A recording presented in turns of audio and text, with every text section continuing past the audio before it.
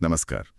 आज हम एक ऐसी तकनीक की गहराई में उतर रहे हैं जिसके बारे में आजकल हर तरफ चर्चा है, ब्लॉकचेन। हाँ बिल्कुल। अक्सर लोग इसे सिर्फ बिटकॉइन या क्रिप्टो करेंसीज से जोड़कर देखते हैं, लेकिन ये उससे कई ज्यादा बड़ी चीज है ना? सही कहा, बहुत ज्यादा। तो इस बातचीत का मकसद सीधा सा है, ब्लॉकचेन की इस थोड़ी उलझी हुई दुनिया को आसान भाषा में समझना। बिल्कुल। ये असल में है क्या भला, काम कैसे करती है, ये इतनी अहम क्यों है, और क्या ये सच में हमारी डिजिटल जिंदगी को बदलने का दम रखती है?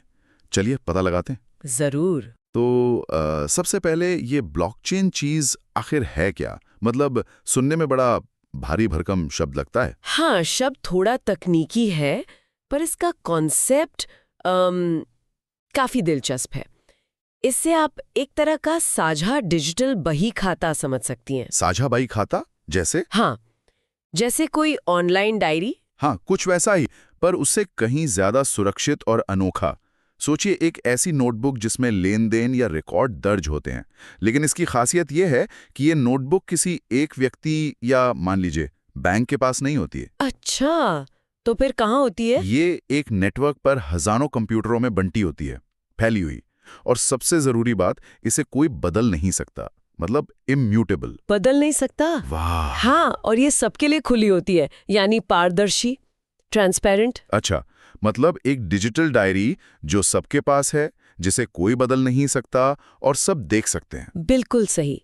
और इसका नाम ब्लॉकचेन भी इसी से पड़ा है। जानकारी ब्लॉक के रूप में दर्ज होती है, जैसे नोटबुक के पन्ने। हाँ। जब एक ब्लॉक मतलब एक पन्ना भर जाता है, तो उसे पिछले ब्लॉक से क्रिप्टोग्राफी के जरिए एक तरह की डिजिटल सील लगाकर जोड़ दिया जाता है। अच्छा। इससे एक चेन बन जाती है।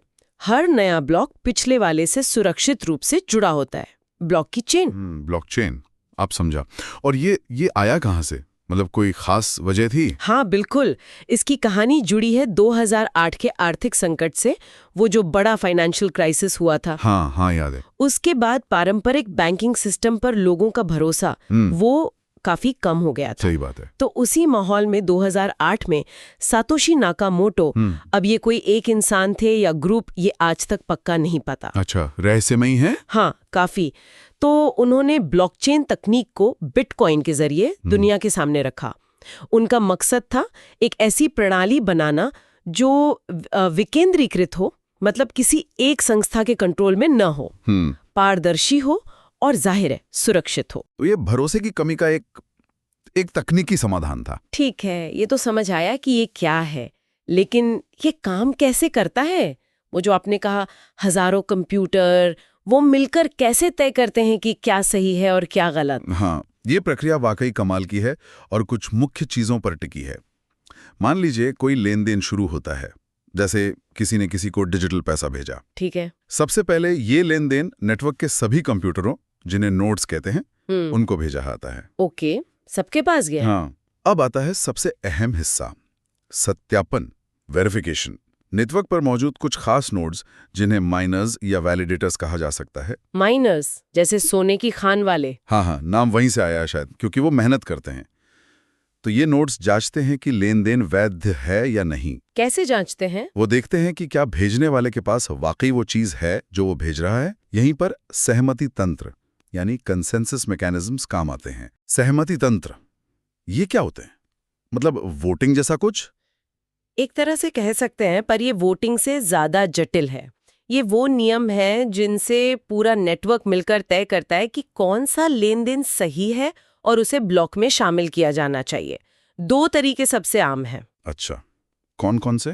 पहला है प्रूफ ऑफ वर्क, POW। इसमें माइनर्स बहुत जटिल गणितीय पहेलियां हल करने के लिए अपनी कंप्यूटर पावर का बेहिसाब इस्तेमाल करते हैं। पहेलियां? गणित की? हाँ, बहुत मुश्किल। जो सबसे पहले हल करता है उसे अगला ब्लॉकचेन में जोड़ने का अधिकार मिलता है, और इनाम के तौर पर कुछ क्रिप्टो करेंसी भी।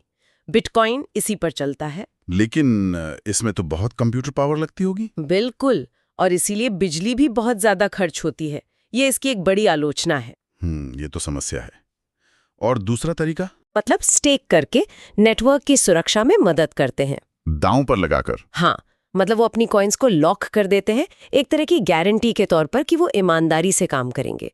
नेटवर्क फिर उनमें से रैंडमली चुनता है कि कौन अगला ब्लॉक सत्यापित करेगा और जोड़ेगा। अच्छा। ये तरीका POW के मुकाबले बहुत कम बिजली लेता है और तेज भी है। इथीरियम जैसी कई नए ब्लॉकचेन्स अब इसी तरीके पर आ गई हैं या आ रही हैं। ठीक है, तो नेटवर्क ने मिलकर लेन देन को सही मान लिया, फिर क्या होता है? जब कई लेन देन सत्यापित हो जाते हैं तो उन्हें एक ब्लॉक में इकट्ठा किया जाता है। अब यहाँ आता है हैशिंग का जादू। हैशिंग, ये क्या चीज है? हैशिंग एक प्रक्रिया है जिससे किसी भी डेटा को एक यूनिक कोड में बदला जाता है। ये उस डेटा का डिजिटल फिंगरप्रिंट जैसा होता है।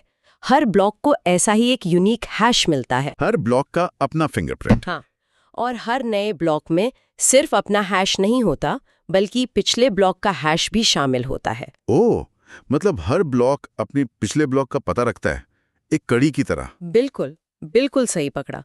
इसी हैश लिंकिंग की वजह से वो चेन बनती है। अब सोचिए, अगर कोई पुराने ब्लॉक में जरा सा भी बदलाव करने की कोशिश करे तो उसका हैश तुरंत बदल जाएगा, और क्योंकि अगला ब्लॉक पुराने वाले हैश पर निर्भर था तो वो लिंक टूट जाएगा। पूरी चेन वहीं से अमान्य हो जाएगी और नेटवर्क को फौरन पता चल जाएगा कि कुछ गड़बड़ी हुई है। अरे वाह, मतलब छेड़छाड़ करना नामुमकिन जैसा है। लगभग नामुमकिन, खासकर बड़े नेटवर्क पर। यही चीज इसे छेड़छाड़ रोधी मतलब टैम्पर प्रूफ बनाती है। कमाल है। और ये सारी जानकारी किसी एक सर्वर पर नहीं बल्कि? बिल्कुल नहीं, ये पूरे नेटवर्क पर उन हजारों कंप्यूटरों पर फैली होती है। यही तो है विकेंद्रीकरण यानी डिसेंट्रलाइजेशन।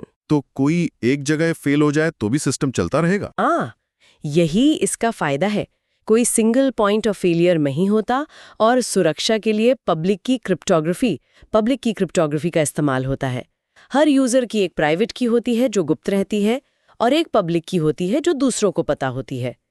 लेन देन को प्राइवेट की से साइन किया जाता है, जिससे पक्का होता है कि वो सही व्यक्ति ने ही किया है, जैसे डिजिटल हस्ताक्षर। वाह, ये तो वाकई काफी सुरक्षित और जटिल प्रणाली लगती है। दिमाग घूम गया थोड़ा। हाँ, शुरुआत में थोड़ा लगता है। हाँ। अब आते हैं उस सवाल पर जो अक्सर लोगों के मन में होता है, ब्लॉकचेन और क्रिप्टोकरेंसी, क्या ये एक ही चीज है? क्योंकि लोग अक्सर बिटकॉइन का नाम लेते ही ब्लॉकचेन सोचते हैं। हाँ, ये एक बहुत ही आम कंफ्यूजन है और जायज़ भी है, क्योंकि जैसा मैंने पहले कहा, बिटकॉइन पहली बड़ी चीज थी जिसने ब्लॉकचेन का इतने बड़े पैमाने पर इस्तेमाल किया। तो क्या रिश्ता है दोनों में? इसे ऐसे समझ सकती हैं, ब्लॉकचेन एक तरह का ऑपरेटिंग सिस्टम है और क्रिप्टोकरेंसी उस पर चलने वाला एक एप्लीकेशन हो सकता है। अच्छा, जैसे विंडोज और माइक्रोसॉफ्ट वर्ड? हाँ, कुछ वैसा ही।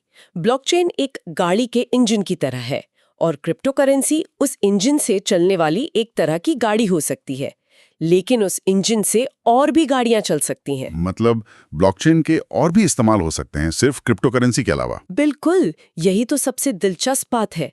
ब्लॉकचेन ने क्रिप्टोकरेंसी को एक सुरक्षित, विकेंद्रीकृत ढांचा दिया, जिससे बिना किसी बैंक या सरकार के सीधे एक व्यक्ति से दूसरे व्यक्ति मतलब पीयर टू पीयर पैसा भेजना संभव हुआ। ये अपने आप में बड़ी बात थी। हाँ, वो तो है। लेकिन बिटकॉइन की सफलता के बाद लोगों को समझ आया कि अरे, ये तकनीक तो सिर्फ पैसों के लेन देन से कहीं ज्यादा कर सकती है। ये किसी भी तरह के डेटा या मूल्य को सुरक्षित रूप से रिकॉर्ड और ट्रांसफर कर सकती है। इसने फाइनेंस से परे भी अनगिनत संभावनाओं के दरवाजे खोल दिए। अच्छा, तो क्या सारे ब्लॉकचेन एक जैसे ही होते हैं या इनमें भी कुछ प्रकार होते हैं? जैसे क्या हर ब्लॉकचेन बिटकॉइन जैसा ही खुला और पब्लिक होता है? नहीं, ये एक अच्छा सवाल है। जरूरत के हिसाब से अलग अलग तरह के ब्लॉकचेन डिजाइन किए गए हैं। मुख्य रूप से 4 प्रकार माने जाते हैं। 4? कौन कौन से? पहला तो वही है जिसके बारे में हमने ज्यादा बात की, पब्लिक ब्लॉकचेन। पब्लिक? ये पूरी तरह खुले होते हैं, कोई भी जुड़ सकता है, लेन देन देख सकता है और अगर चाहे तो सत्यापन में भी हिस्सा ले सकता है। बिटकॉइन और इथीरियम इसके सबसे बड़े उदाहरण हैं। ये सबसे ज्यादा विकेंद्रीकृत होते हैं, लेकिन कभी-कभी थोड़े धीमे हो सकते हैं। ठीक है, ये तो हुआ पब्लिक। दूसरा है प्राइवेट ब्लॉकचेन। प्राइवेट? जैसा नाम से ही जाहिर है, ये प्राइवेट होते हैं। इन्हें अक्सर कोई एक संगठन या कंपनी अपने कंट्रोल में रखती है। मतलब बंद? हाँ, एक तरह से। कौन इसमें शामिल हो सकता है, कौन लेन देन कर सकता है, ये सब वो संगठन तय करता है। इसे परमिशन्ड ब्लॉकचेन भी कहते हैं। ये पब्लिक वाले से ज्यादा तेज होते हैं और इनमें गोपनीयता भी बेहतर होती है, लेकिन जाहिर है ये उतने विकेंद्रीकृत नहीं होते। तो कंपनी इन्हें अपने अंदरूनी कामों के लिए इस्तेमाल करती होंगी। बिल्कुल, जैसे अपनी सप्लाई चेन को मैनेज करने के लिए या अपने इंटरनल रिकॉर्ड रखने के लिए। अच्छा, और तीसरा है कंसोर्टियम ब्लॉकचेन। कंसोर्टियम। ये कुछ हद तक पब्लिक और प्राइवेट का मिश्रण है। इन्हें कोई एक संगठन नहीं, बल्कि संगठनों का एक समूह, एक कंसोर्टियम मिलकर चलाता है और कंट्रोल करता है। मतलब कई कंपनियां मिलकर। हाँ, इसमें भी शामिल होने के लिए अनुमति चाहिए होती है, लेकिन कंट्रोल किसी एक के पास नहीं होता, बल्कि ग्रुप के पास होता है। ये उन उद्योगों के लिए उपयोगी है जहां कई कंपनियां मिलकर काम करती हैं और डेटा साझा करने की जरूरत होती है, जैसे बैंकिंग सेक्टर या लॉजिस्टिक्स। दिलचस्प। और चौथा है हाइब्रिड ब्लॉकचेन। ये पब्लिक और प्राइवेट दोनों की विशेषताओं को अपनी जरूरत के हिसाब से मिलाता है। इसमें कुछ कंट्रोल तो होता है, लेकिन साथ ही पब्लिक एक्सेस का लेवल भी रखा जा सकता है। जैसे हो सकता है कि लेन देन का सत्यापन तो प्राइवेट नेटवर्क पर हो, लेकिन उसका रिकॉर्ड पब्लिक ब्लॉकचेन पर डाला जाए ताकि पारदर्शिता बनी रहे। तो ये काफी लचीला लगता है। हाँ, ये उन जगहों पर काम आ सकता है जहां पारदर्शिता और गोपनीयता दोनों का संतुलन जरूरी हो, जैसे कुछ सरकारी सेवाओं में या शायद रियल एस्टेट में। ये जानना वाकई जरूरी था कि हर काम के लिए एक ही तरह का ब्लॉकचेन फिट नहीं बैठता। चलिए अब इस पर आते हैं कि आखिर ये तकनीक इतनी महत्वपूर्ण क्यों मानी जा रही है। इसके असली फायदे क्या हैं जो इसे इतना खास बनाते हैं? पारंपरिक सिस्टम से बेहतर कैसे हैं? हाँ, इसके कई फायदे हैं जो इसे पारंपरिक सिस्टम से अलग और कुछ मामलों में बेहतर बनाते हैं। सबसे पहला और शायद सबसे अहम है बढ़ी हुई सुरक्षा। Enhanced security. वो हैशिंग और विकेंद्रीकरण की वजह से। बिल्कुल। जैसा हमने देखा, क्रिप्टोग्राफी और डेटा का कई जगह बटा होना इसे हैकिंग और छेड़छाड़ के खिलाफ बहुत ज्यादा सुरक्षित बना देता है। डेटा बदलना लगभग नामुमकिन है। ठीक है, सुरक्षा तो हो गई। और दूसरा है पारदर्शिता, ट्रांसपेरेंसी। पब्लिक ब्लॉकचेन पर, जैसा हमने कहा, लेन देन का रिकॉर्ड सबके लिए खुला होता है। हाँ, आपकी असली पहचान छुपी रह सकती है, लेकिन क्या हुआ, कब हुआ, कितना हुआ, ये सब देखा जा सकता है। इससे सिस्टम में विश्वास बढ़ता है, कोई हेरफेर नहीं कर सकता। ये भी महत्वपूर्ण है। तीसरा अहम फायदा है दक्षता, एफिशिएंसी। कई कामों में ब्लॉकचेन बीच के लोगों, मतलब मिडिलमैन, जैसे बैंक, ब्रोकर, नोटरी या वकीलों की जरूरत को कम या खत्म कर सकता है। अच्छा, उससे क्या फर्क पड़ेगा? फर्क ये पड़ेगा कि प्रक्रिया तेज हो सकती है। जो काम पहले कई दिनों में होता था, जिसमें कई लोगों की मंजूरी लगती थी, वो शायद मिनटों में हो जाए। और जब बीच के लोग कम होंगे तो जाहिर है खर्चा भी कम हो सकता है। तेज और सस्ता, ये तो सबको चाहिए। सही बात है। चौथा है पता लगाने की क्षमता, ट्रेसेबिलिटी। ब्लॉकचेन पर आप किसी भी चीज का सफर, उसकी शुरुआत से लेकर अंत तक बहुत आसानी से ट्रैक कर सकते हैं। जैसे कोई उदाहरण? जैसे खाने पीने का सामान। आप पता लगा सकते हैं कि आप जो सेब खा रहे हैं वो किस बाग से आया, कब तोड़ा गया, कहाँ स्टोर हुआ, या कोई महंगी दवा असली है या नकली। सप्लाई चेन में बहुत उपयोगी है। हाँ, ये तो बहुत काम का है। और पांचवा, जो सुरक्षा से ही जुड़ा है, वो है अपरिवर्तनीयता, इम्यूटेबिलिटी। एक बार डेटा ब्लॉकचेन पर दर्ज हो गया तो उसे बदला या डिलीट नहीं किया जा सकता। ये रिकॉर्ड की सच्चाई और अखंडता को हमेशा के लिए पक्का करता है। जमीन के रिकॉर्ड्स, डिग्रियां, सर्टिफिकेट्स, इन सब के लिए ये बहुत मायने रखता है। ये फायदे तो सुनने में वाकई क्रांतिकारी लगते हैं। क्या आप कुछ असल दुनिया के उदाहरण दे सकते हैं जहां इनका असर दिख रहा हो? मतलब सिर्फ थ्योरी नहीं, असलियत में। जरूर। ब्लॉकचेन का इस्तेमाल अब सिर्फ प्रयोगों तक सीमित नहीं है। ये कई उद्योगों में असल में इस्तेमाल हो रहा है। एक बहुत बड़ा उदाहरण है आपूर्ति श्रृंखला। हाँ, आपने जिक्र किया था। हाँ, कंपनियां जैसे IBM अपने फूड ट्रस्ट प्लेटफॉर्म के जरिए, और वॉलमार्ट भी इसका इस्तेमाल करके पता लगा रही हैं कि उनका खाने का सामान कहाँ से आ रहा है, कहीं उसमें कोई मिलावट तो नहीं, वो सुरक्षित है या नहीं। इससे न सिर्फ उनकी अपनी एफिशिएंसी बढ़ती है, बल्कि ग्राहकों का भरोसा भी बढ़ता है। अच्छा। इसी तरह शिपिंग की बड़ी कंपनी मर्स्क है। वो IBM के साथ मिलकर ब्लॉकचेन का इस्तेमाल करके दुनिया भर में शिपिंग कंटेनरों को ट्रैक करने की प्रक्रिया को ज्यादा पारदर्शी और आसान बना रही है। पहले इसमें बहुत कागजी कार्रवाई होती थी। हाँ, लॉजिस्टिक्स में तो बहुत काम आ सकता है ये। और फाइनेंस में? वित्त तो इसका सबसे पहला और बड़ा कार्यक्षेत्र रहा है।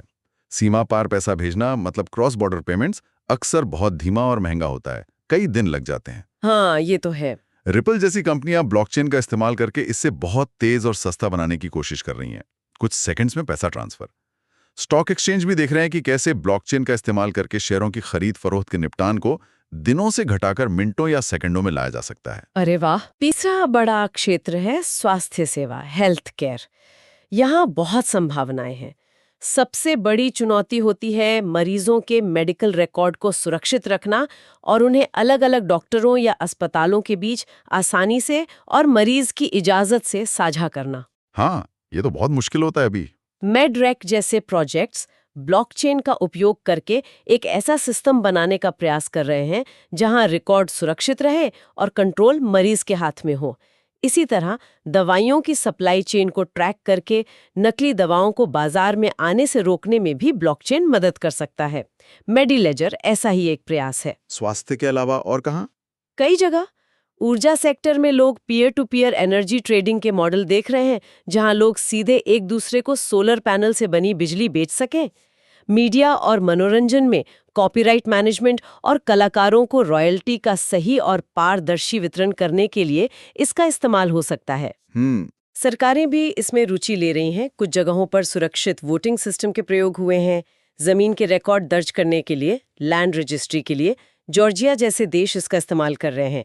टैक्स कलेक्शन को बेहतर बनाने के लिए भी सोचा जा रहा है। और वो एनएफटीज का क्या चक्कर है? वो भी ब्लॉकचेन पर ही है ना? हाँ, एनएफटीज यानी नॉन फंजिबल टोकन भी ब्लॉकचेन की ही एक एप्लीकेशन है। ये डिजिटल चीजों जैसे आर्ट, म्यूजिक या वर्चुअल जमीन के मालिकाना हक को साबित करने का एक तरीका है। स्मार्ट कॉन्ट्रैक्ट्स भी हैं। Smart contracts? हाँ, ये ब्लॉकचेन पर स्टोर किए गए छोटे कंप्यूटर प्रोग्राम होते हैं। जब कुछ पहले से तय शर्तें पूरी हो जाती हैं तो ये अपने आप काम करने लगते हैं। जैसे शर्त पूरी हुई तो पेमेंट अपने आप रिलीज हो गया। इससे वकीलों या बीच के लोगों की जरूरत कम हो जाती है। क्या बात है। मतलब इस्तेमाल तो अनगिनत लग रहे हैं, लेकिन मुझे यकीन है कि सब कुछ इतना आसान और अच्छा नहीं होगा। क्या इस तकनीक के साथ कोई चुनौतियां या समस्याएं भी जुड़ी हुई हैं? हाँ, आप बिल्कुल सही कह रही हैं। कोई भी नई तकनीक, खासकर इतनी क्रांतिकारी, बिना चुनौतियों के नहीं आती। और ब्लॉकचेन के साथ भी कुछ बड़ी चुनौतियां हैं जिन पर काम करना जरूरी है। जैसे कि? सबसे पहली और शायद सबसे बड़ी है स्केलेबिलिटी, मतलब बड़े पैमाने पर काम करने की क्षमता। कई ब्लॉकचेन, खासकर बिटकॉइन जैसे पुराने वाले, एक सेकंड में बहुत ही सीमित संख्या में लेनदेन प्रोसेस कर पाते हैं। कितना कम? बिटकॉइन शायद 7 से 10 लेनदेन प्रति सेकंड कर पाता है। अब इसकी तुलना आप वीजा से कीजिए, जो हजारों लेनदेन प्रति सेकंड संभाल सकता है। ओह, ये तो बहुत बड़ा अंतर है। हाँ, तो जब बहुत सारे लोग एक साथ ब्लॉकचेन इस्तेमाल करने लगते हैं तो नेटवर्क धीमा हो जाता है और लेनदेन की फीस बहुत बढ़ जाती है। ये इसे व्यापक रूप से अपनाने में एक बड़ी रुकावट है। और वो बिजली वाली बात भी थी, है ना? हाँ, वो दूसरी बड़ी चुनौती है। ऊर्जा खपत, एनर्जी कंजम्पशन। खासकर वो ब्लॉकचेन जो प्रूफ ऑफ वर्क इस्तेमाल करते हैं, जैसे बिटकॉइन, उनकी माइनिंग में बेहिसाब बिजली खर्च होती है। अनुमान है कि बिटकॉइन नेटवर्क की सालाना बिजली खपत फिनलैंड जैसे पूरे देश से ज्यादा है। बाप रे, ये तो पर्यावरण के लिए गंभीर चिंता का विषय है। बिल्कुल। हालांकि अच्छी बात यह है कि प्रूफ ऑफ स्टेक जैसे नए और कम ऊर्जा खपत वाले तरीके आ रहे हैं और ज्यादा लोकप्रिय हो रहे हैं। ठीक है, और क्या मुश्किल है? तीसरी चुनौती है जटिलता, कॉम्प्लेक्सिटी। ये तकनीक अभी भी काफी जटिल है। आम लोगों और छोटे व्यवसायों के लिए इसे समझना और अपनाना आसान नहीं है। इसे बनाने, चलाने और सुरक्षित रखने के लिए खास तकनीकी हुनर और जानकारी चाहिए, जो आसानी से उपलब्ध नहीं है। हाँ, मुझे खुद समझने में थोड़ा वक्त लगा। चौथी है नियामक अनिश्चितता, रेगुलेटरी अनसर्टेनिटी। दुनिया भर की सरकारें और रेगुलेटरी बॉडीज अभी भी ये समझने की कोशिश कर रही हैं कि इस तकनीक को कैसे रेगुलेट किया जाए। क्रिप्टो करेंसी को लेकर नियम अक्सर बदलते रहते हैं या साफ नहीं होते। तो इससे कंपनियां हिचकती होंगी? हाँ, नियम साफ ना होने की वजह से बड़ी कंपनियां और निवेशक इसे पूरी तरह अपनाने में हिचकिचाते हैं। हालांकि अब धीरे धीरे नियम बन रहे हैं। जैसे अमेरिका में स्टेबल कॉइन्स को लेकर जीनियस एक्ट की बात हो रही है, लेकिन अभी भी स्थिति पूरी तरह स्पष्ट नहीं है। और सुरक्षा, आपने कहा था ये बहुत सुरक्षित है, पर क्या कोई जोखिम नहीं है? जोखिम तो है। देखिए, ब्लॉकचेन का डिजाइन बहुत सुरक्षित है, पर ये 100% अभेद्य या हैक प्रूफ नहीं है। एक सैद्धांतिक खतरा होता है 51% अटैक का। ये क्या होता है? इसका मतलब है कि अगर कोई व्यक्ति या समूह नेटवर्क की कंप्यूटिंग पावर का 51% या उससे ज्यादा हिस्सा कंट्रोल कर लें, तो वो गलत लेन देन को मान्यता दे सकता है या सही लेन देन को रोक सकता है। हालांकि बिटकॉइन जैसे बड़े नेटवर्क पर ऐसा करना बेहद मुश्किल और महंगा है। लेकिन छोटे नेटवर्क पर हो सकता है। हाँ, छोटे या कम सुरक्षित ब्लॉकचेन पर यह खतरा ज्यादा होता है। इसके अलावा ब्लॉकचेन पर चलने वाले एप्लीकेशंस जैसे स्मार्ट कॉन्ट्रैक्ट्स, उनमें अपनी कमजोरियां या बग्स हो सकते हैं जिनका फायदा हैकर्स उठा सकते हैं। तो चुनौतियां तो काफी हैं। इन सब के होते हुए ब्लॉकचेन का भविष्य कैसा दिखता है? क्या ये सिर्फ एक टेक्नोलॉजी का फैशन है जो आकर चला जाएगा, या ये वाकई टिकने वाला है? ये बहुत अच्छा सवाल है। देखिए, मेरा मानना है, और ज्यादा पर एक्सपर्ट्स भी यही मानते हैं, कि चुनौतियां जरूर हैं, लेकिन ये तकनीक यहाँ टिकने के लिए आई है। ये सिर्फ एक चलन नहीं है। ऐसा क्यों लगता है आपको? क्योंकि इसके मूल सिद्धांत विकेंद्रीकरण, पारदर्शिता, सुरक्षा, अपरिवर्तनीयता, ये बहुत शक्तिशाली है और आज की डिजिटल दुनिया की कई समस्याओं का समाधान पेश करते हैं। और तकनीक लगातार विकसित हो रही है। विकास कैसे हो रहा है? हम ब्लॉकचेन के विकास को अक्सर 3 पीढ़ियों में देखते हैं। पहली पीढ़ी थी बिटकॉइन और सिर्फ पेमेंट पर फोकस। दूसरी पीढ़ी आई इथेरियम के साथ, जिसने स्मार्ट कॉन्ट्रैक्ट का कॉन्सेप्ट दिया और ब्लॉकचेन को सिर्फ पैसों से आगे ले जाकर किसी भी तरह के समझौते या एप्लीकेशन के लिए सक्षम बनाया। और तीसरी पीढ़ी? अब हम तीसरी पीढ़ी या उसके शुरुआत में है। यहाँ फोकस है स्केलेबिलिटी को बेहतर बनाने पर, इंटरऑपरेबिलिटी पर, मतलब अलग अलग ब्लॉकचेन आपस में बात कर सकें और इसे इस्तेमाल करना आसान बनाने पर। हम देख रहे हैं डीफाई, विकेंद्रीकृत वित्त, एनएफटीज, वेब3, इंटरनेट का अगला ज्यादा विकेंद्रीकृत दौर, और इसे एआई और आईओटी जैसी दूसरी उभरती तकनीकों के साथ जोड़ने पर काम हो रहा है। और जो चुनौतियां आपने बताई तो उनका क्या? उन पर भी जोर शोर से काम चल रहा है। स्केलेबिलिटी की समस्या के लिए लेयर 2 स्केलिंग सॉल्यूशंस जैसे लाइटनिंग नेटवर्क और शार्डिंग जैसी तकनीकें विकसित की जा रही हैं। ऊर्जा की खपत कम करने के लिए पॉस को अपनाया जा रहा है। जटिलता को कम करने के लिए ब्लॉकचेन एज अ सर्विस यानी बास जैसे प्लेटफॉर्म आ रहे हैं। बास, ये क्या है? ये क्लाउड कंप्यूटिंग जैसा है। कंपनियां बिना अपना पूरा ब्लॉकचेन इंफ्रास्ट्रक्चर बनाए इन सर्विस प्रोवाइडर्स की मदद से ब्लॉकचेन एप्लीकेशंस बना और चला सकती हैं। इससे इसे अपनाना आसान हो जाता है। अच्छा। रिसर्च फर्म्स जैसे स्टेटिस्टा का अनुमान है कि आने वाले 10 सालों में 2032 तक ब्लॉकचेन मार्केट बहुत तेजी से कई गुना बढ़ेगा। तो ये सब संकेत देते हैं कि ये सिर्फ एक गुजरता हुआ दौर नहीं, बल्कि एक बुनियादी बदलाव लाने वाली तकनीक है। तो कुल मिलाकर अगर हम इसे समेटें, तो ब्लॉकचेन सिर्फ एक और नया डेटाबेस नहीं है। ये डेटा को रिकॉर्ड करने, उसे साझा करने और सबसे जरूरी उस पर भरोसा करने का एक बिल्कुल नया तरीका है। हाँ, बिल्कुल। ये विकेंद्रीकृत है, सुरक्षित है, पारदर्शी है और इसने डिजिटल दुनिया में बिना किसी बीच वाले पर निर्भर हुए अजनबियों के बीच भी विश्वास बनाने का एक नया रास्ता खोला है। एकदम सही कहा। और यहाँ एक दिलचस्प सवाल उठता है जिस पर शायद हमें आगे सोचने की जरूरत है। क्या सवाल? जैसे जैसे ये ब्लॉकचेन तकनीक और विकसित होगी और खासकर जब ये आर्टिफिशियल इंटेलिजेंस और इंटरनेट ऑफ थिंग्स जैसी दूसरी शक्तिशाली तकनीकों के साथ जुड़ेगी, तो ये हमारे व्यक्तिगत डेटा के मालिकाना हक यानी पर्सनल डेटा ओनरशिप और हमारी डिजिटल पहचान यानी डिजिटल आइडेंटिटी की पूरी समझ को कैसे बदलेगी। ये तो गहरा सवाल है। हाँ, क्या हम भविष्य में वाकई अपने ऑनलाइन डेटा के असली मालिक बन पाएंगे? क्या हम उसे अपनी शर्तों पर कंट्रोल कर पाएंगे और शेयर कर पाएंगे? ब्लॉकचेन इसमें क्या भूमिका निभा सकता है? ये एक बड़ा सवाल है जिसका जवाब शायद आने वाला समय और तकनीक का विकास देगा। इस पर सोचना जरूरी है। बिल्कुल, ये सोचने वाली बात है। खैर, इस गहन पड़ताल में हमारे साथ जुड़ने के लिए बहुत बहुत धन्यवाद। उम्मीद है ब्लॉकचेन की दुनिया की ये झलक हमारे सुनने वालों के लिए फायदेमंद रही होगी और उनकी उत्सुकता बढ़ी होगी। मुझे भी बात करके बहुत अच्छा लगा।